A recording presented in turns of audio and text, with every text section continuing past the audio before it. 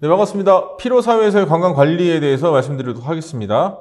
일단 우리나라는 전 세계에서 가장 사람들이 잠을 못 자는 피로한 상태에 있다고 얘기되고 있죠. 자, 피로하게 되면 사람이 능동적인 면이 떨어질 수밖에 없고, 이 산업이라고 하는 생산성을 주체로 해서 어떤 근간을 나타내고 있는 이 조직체들의 결과값, 그러니까 이익이 되겠죠. 거기에 타격을 받을 수밖에 없겠죠. 또 피로가 누적되면 안전보건이라고 하는 우리가 비가역적인 요소로서 대비되는 이 결과값 자체도 제대로 관리하기가 어려워질 겁니다.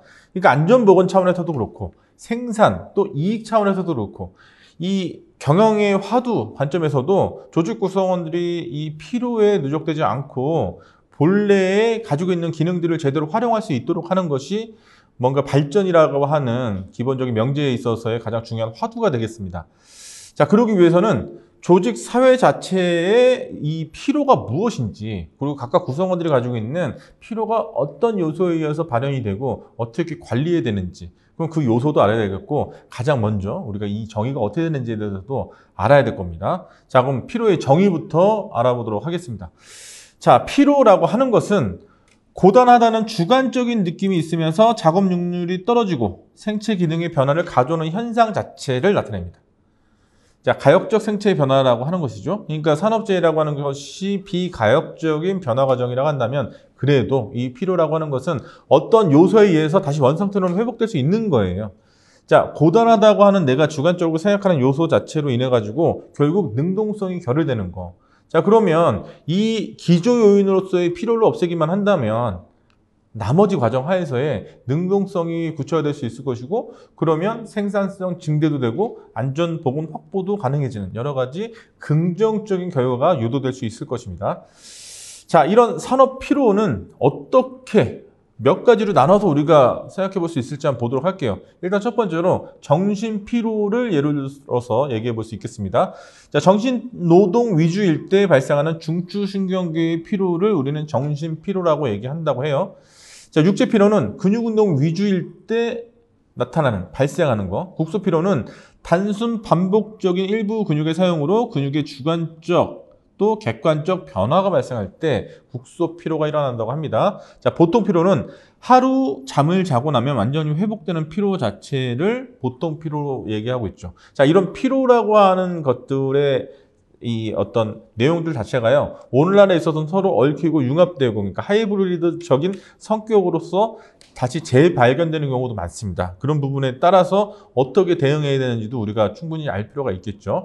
자, 그러면 산업 피로라고 하는 사업장 내에서의 노무를 제공하는 사람들, 근로자들이 느끼는 산업 피로는 무엇이 있는지 알아보도록 할게요. 일단 그 종류로는 첫 번째로 과로입니다. 다음 날까지 계속되는 피로의 상태. 그래서 단시간 휴식으로 회복이 가능한 상태가 이제 과로라고 할 수 있겠고, 곤비라고 하는 것은 과로가 이제 누적된 겁니다. 이게 축적된 상태. 그래서 단기간 휴식으로 회복할 수 없는 뭔가 질병이 발병될 수 있는 단계로서의 피로를 우리가 곤비라고 얘기한다고 합니다. 자, 피로의 발생 기전을 볼게요. 어떤 요인에 의해서 어떤 과정을 거쳐서 피로라고 하는 우리가 절대적으로 원하지 않는 어떤 결과가 나타날 수 있는가. 일단 첫 번째로 산소나 영양소 등의 에너지원의 소모에 의해서 그렇게 된다고 하죠. 격렬한 활동을 한다든가 아니면 지나치게 많은 어떤 신경을 쓴다든가 이런 것들로 인해 가지고 에너지원이 소모되는 거. 또 물질 대사에 의해서 노폐물이나 젖산, 피로물질이라고 할 수 있죠. 이런 초성포도당, 암모니아, 시스테인, 크레아틴인, 잔여 질소 등의 피로물질이 체내에 누적되면, 축적되면 피로가 발생하기도 하고요. 자, 체내에서 물리화학적 변조가 일어나고 여러 가지 신체 조절 기능의 저하에 의해서 피로를 느끼게 됩니다. 우리가 피로를 일으키는 원인 중에서 대표적으로 백해무익하다고 얘기되고 있는 것이 흡연, 또 음주가 있겠죠.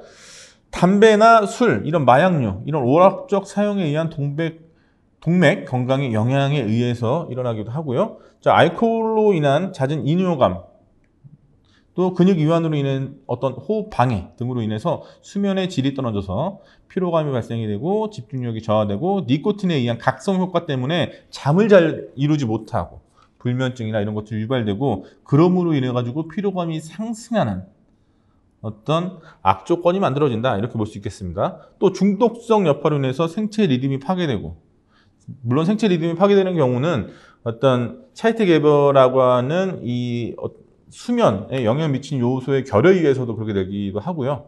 또 금단 증상에 미치는 성격 변화 이로 인해서 대인관계 이상 이런 것들이 나타나는 어떤 흡연과 음주의 원인에 의해서 이런 현상이 일어난다는 것을 우리가 확인해 볼 수 있겠습니다.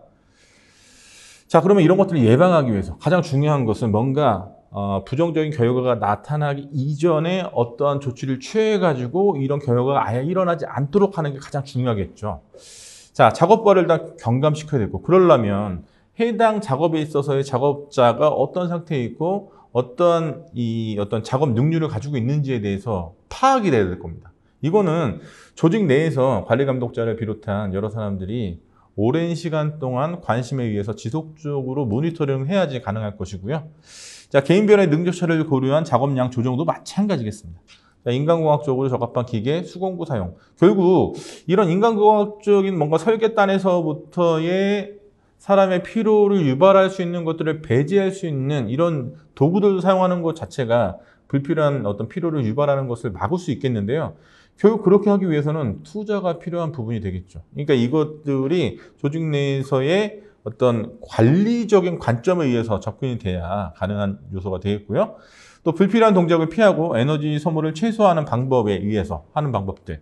자, 그러니까 사실은 인간공학적인 여러 가지 기계나 수공구, 그런 작업 환경이 만들어지는 것이 결국 사람의 불필요한 과다한 동작이라든가 에너지 소모를 최소화하는 방향의 구체적인 이 방법이 되겠죠.